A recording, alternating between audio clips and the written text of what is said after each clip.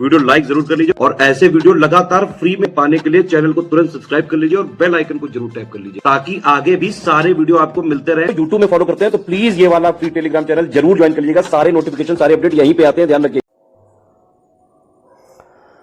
नमस्कार साथियों, स्वागत है आप सभी का स्टडी फॉर सिविल सर्विसेज में। ये क्लास है हमारी मॉडर्न इंडिया की और मॉडर्न इंडिया में आज जो हम टॉपिक शुरू करेंगे वो है उग्र राष्ट्रवाद का उदय। इस टॉपिक को आज हमें डिस्कस करना है। इससे पहले हमने कांग्रेस की स्थापना, उसके अधिवेशन, इनको अच्छे से पढ़ लिया है। जरा पहले इस शब्द का मतलब समझते हैं कि उग्र राष्ट्रवाद का उदय यानी ये क्या चीज़ है। उग्र राष्ट्रवाद को समझने से पहले आप राष्ट्रवाद को समझिए। राष्ट्रवाद क्या है? देखिए, राष्ट्रवाद की हम बात करें तो राष्ट्रवाद का मतलब है राष्ट्र की भावना।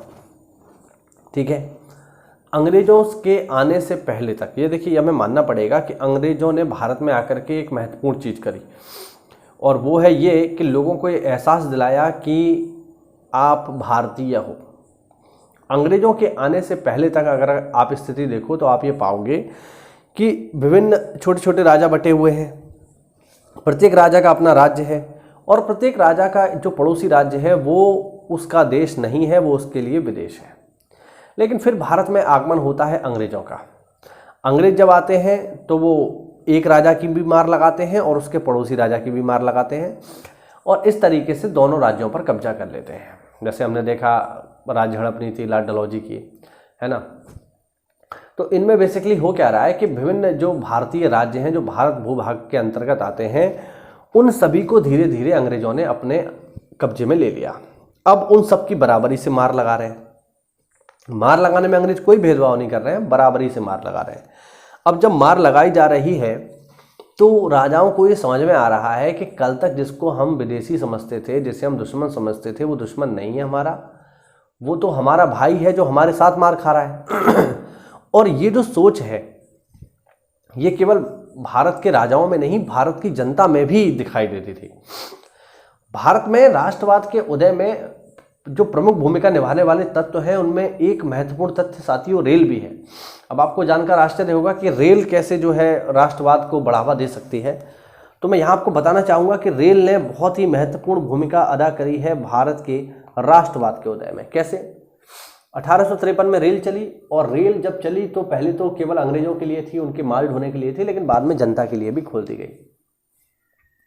जब रेल में आम आदमी बैठ रहा है तो उसमें बिहार का भी आदमी बैठ रहा है, बंगाल का भी आदमी बैठ रहा है, उत्तर प्रदेश का भी आदमी बैठ रहा है, जिसे उस समय संयुक्त प्रांत कहते थे।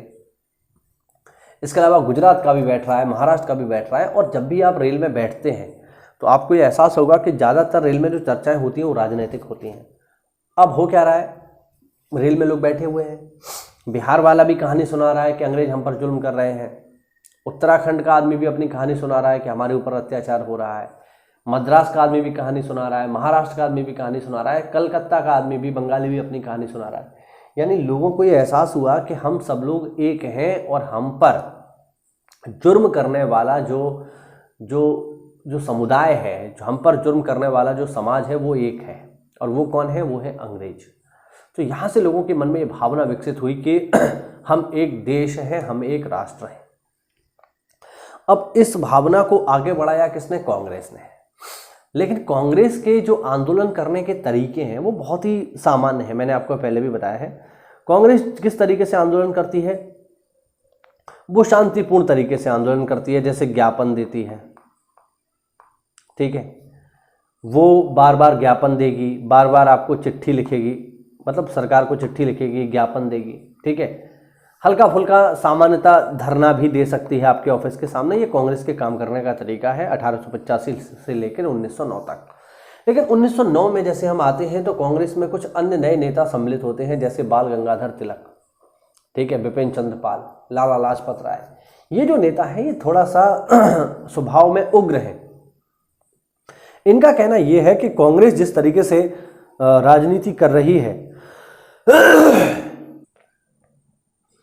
वो तरीका सही नहीं है। अगर हम इसी तरीके से राजनीति करते रहेंगे तो हमें कभी भी अपने अधिकारों की प्राप्ति नहीं होगी। और उल्टा अगर हम देखें तो जो आपने एक नाम सुना होगा बिपिन चंद्र पाल का।